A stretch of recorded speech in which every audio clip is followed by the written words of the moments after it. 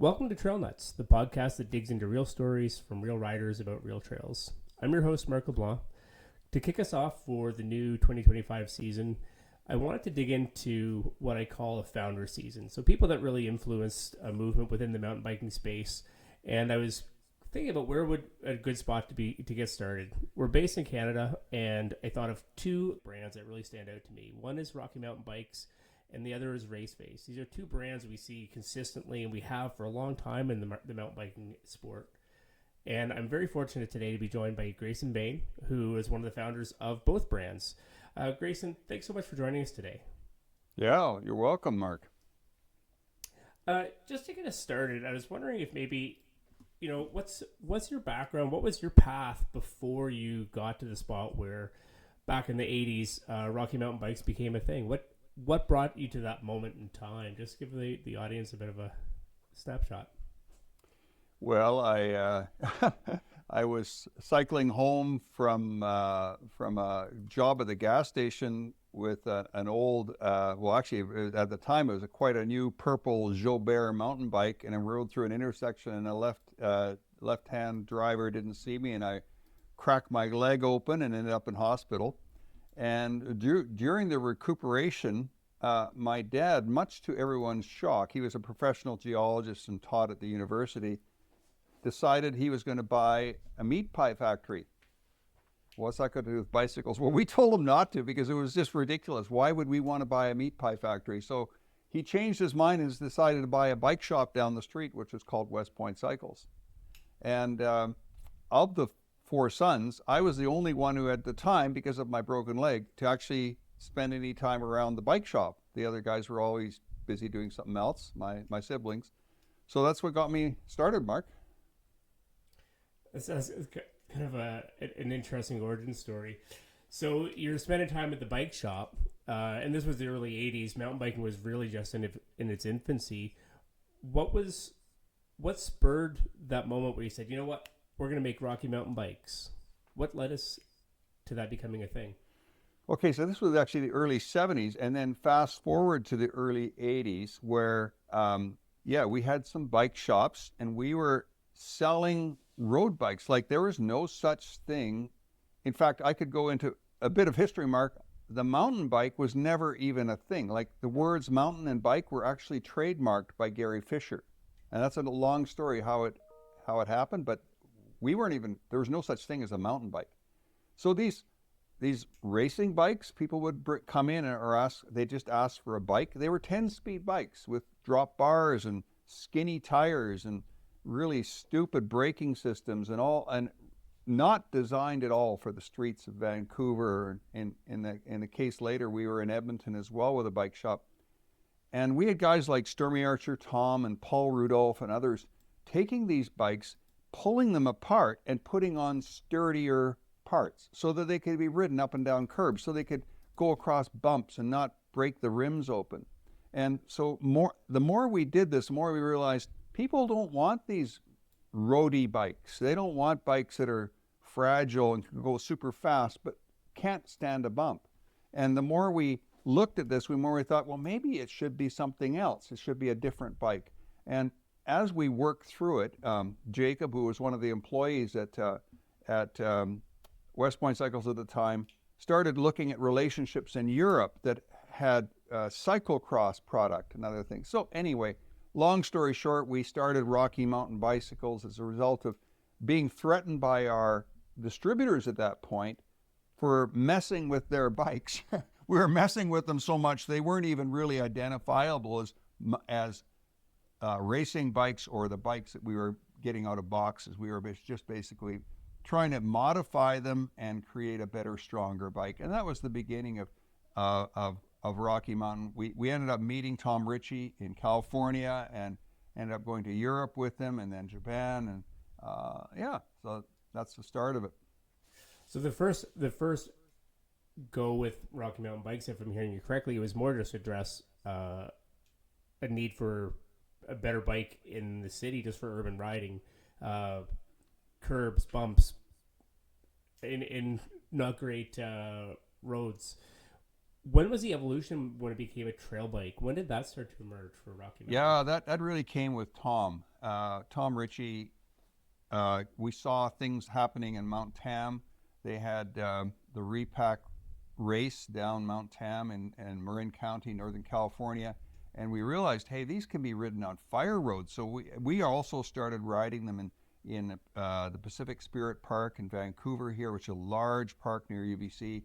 Lots of downhills, cross-country riding. At this time, it still wasn't on mountains per se, but we were definitely riding them now more off-road. As the 70s turned into the 80s, we saw more of an interest in other people doing this, but it was still really limited, Mark, really, really small. But it was that generation of an idea through Tom Ritchie. At that time, Ritchie was a partner with Gary Fisher. Charlie Cunningham was part of this, a bunch of other guys as well. Joe Breeze.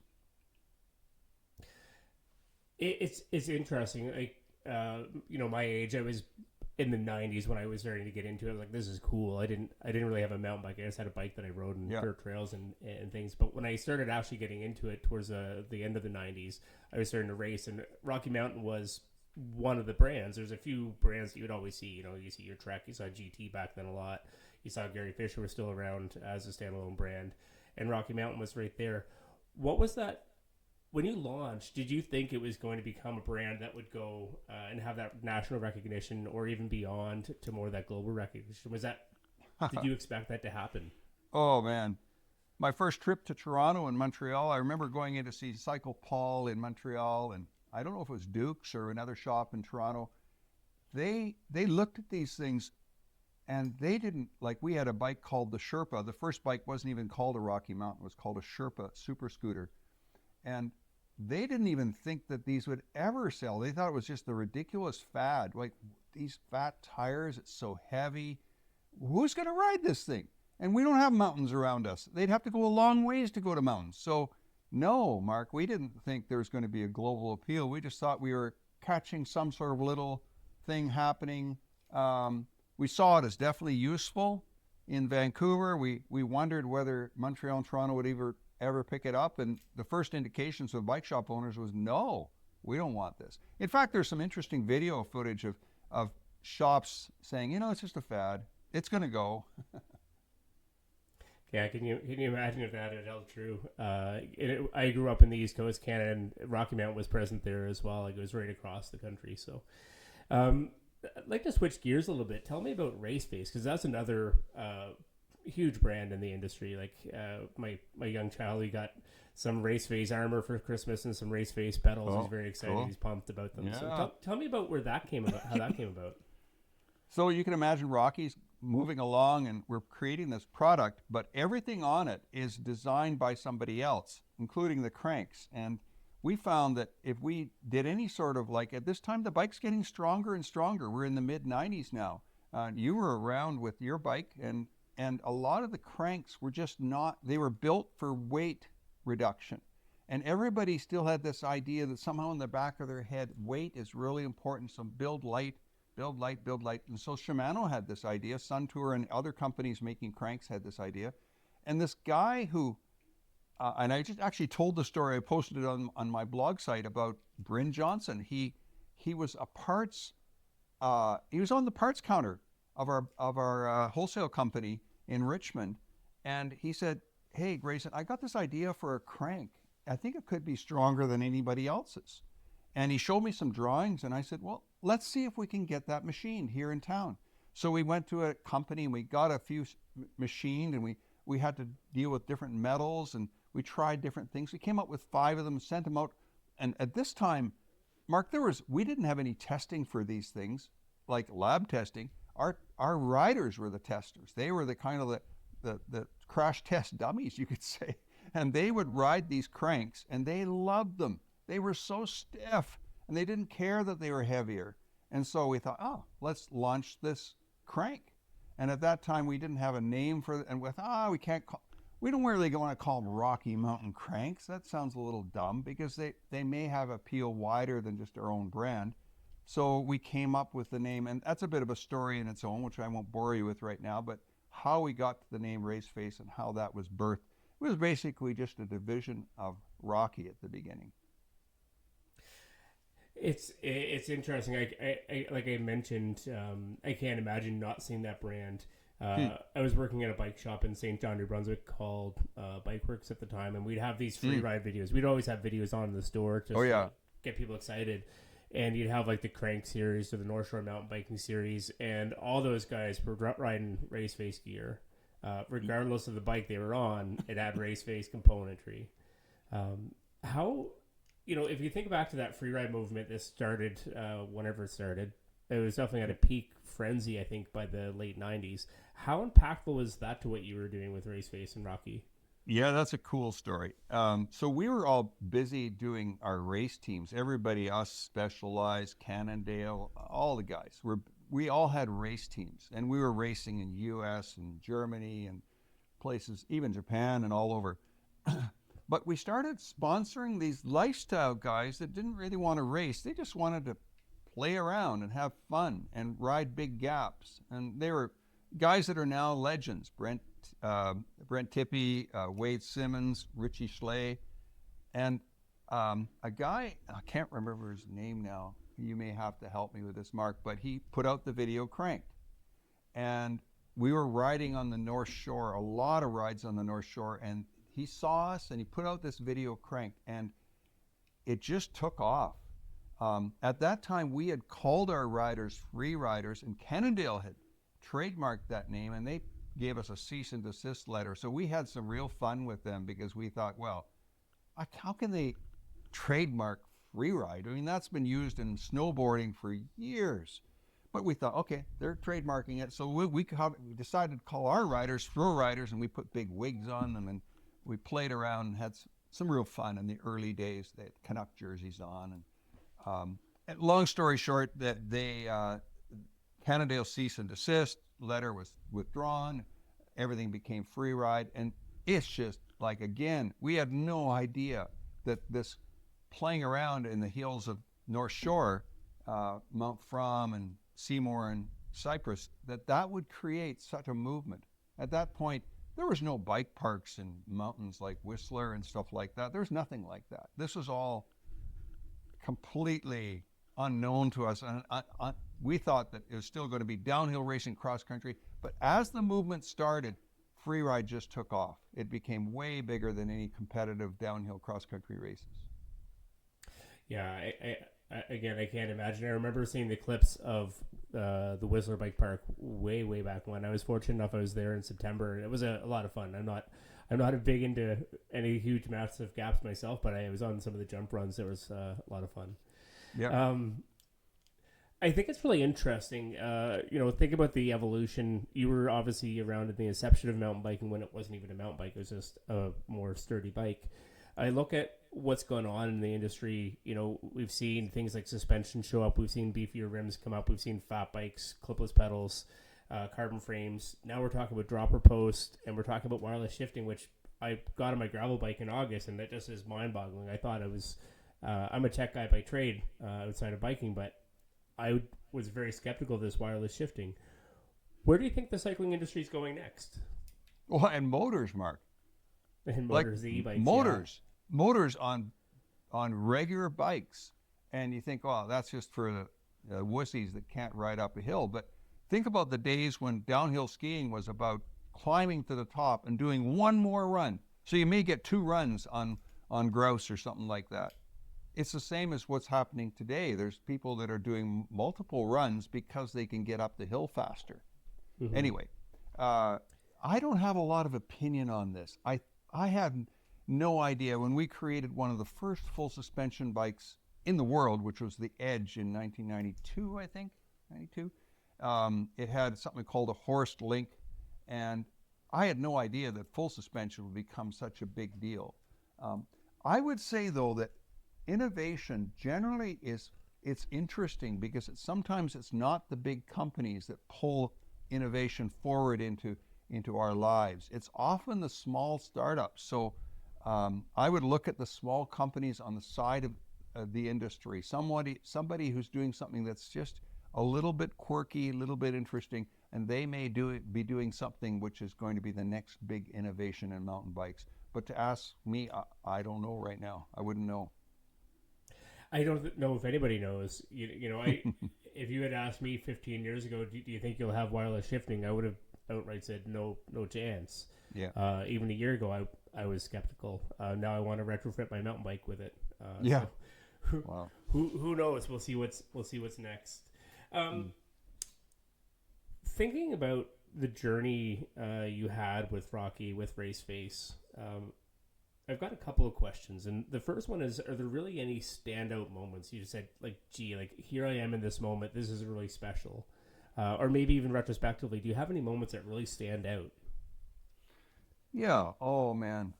Yeah. So many.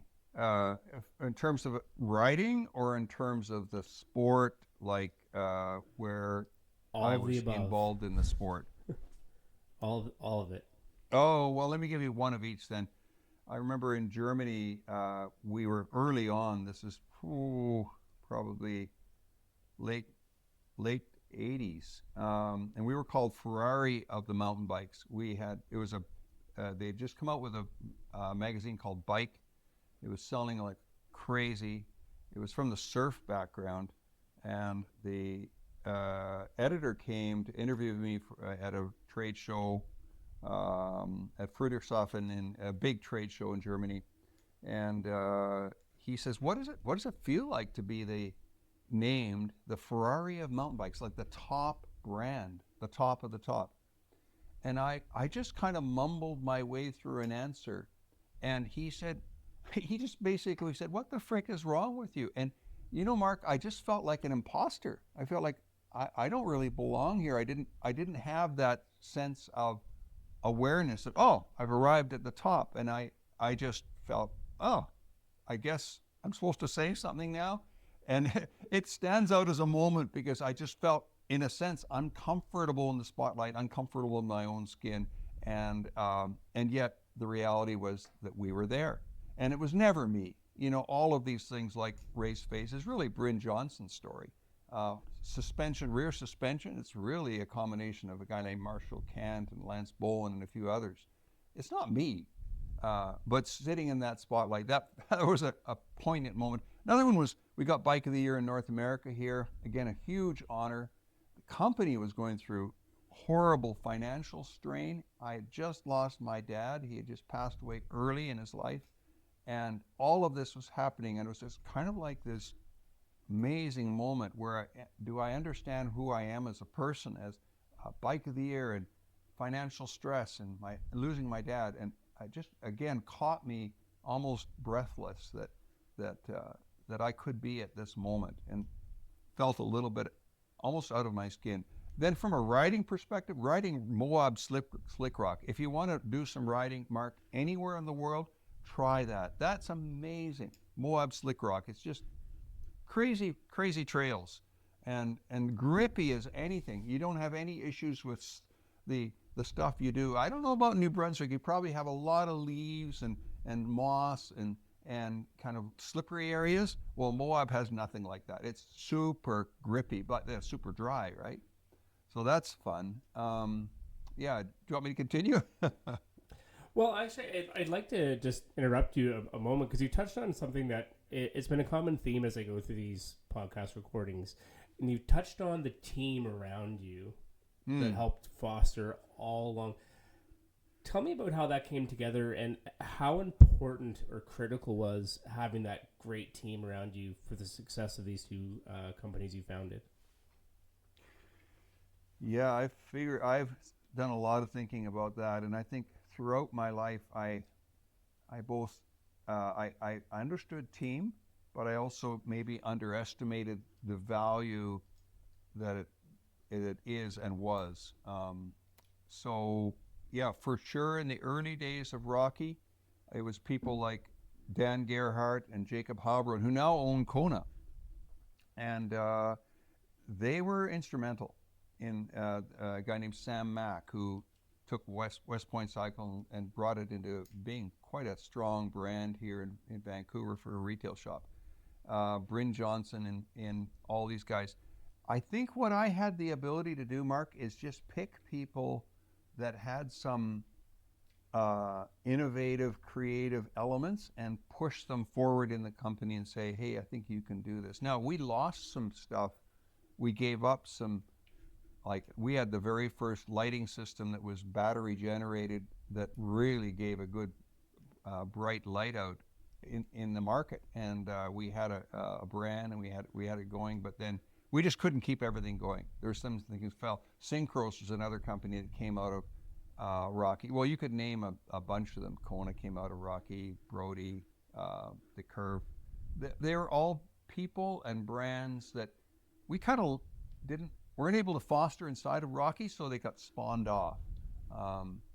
But that's okay. I see people as being so valuable. Now, some of the people I had didn't shake out as best, so you don't always get winners. But even now in my life, I'm really constantly looking at ways to surround myself with people that really can build me up and fill in my weaknesses and support me in my strengths. Yeah, I think that's an important attribute of leadership, right? You touched on a couple of things that I know really resonate with me. Sometimes you don't have a spot to keep growing a person, and you have to celebrate when they go off and do these great entrepreneurial things. Can you imagine a mountain bike industry without the likes of Kona, for example? Like, that's a great story. All you can do is celebrate and say, I'm glad I was part of your journey. Good for you.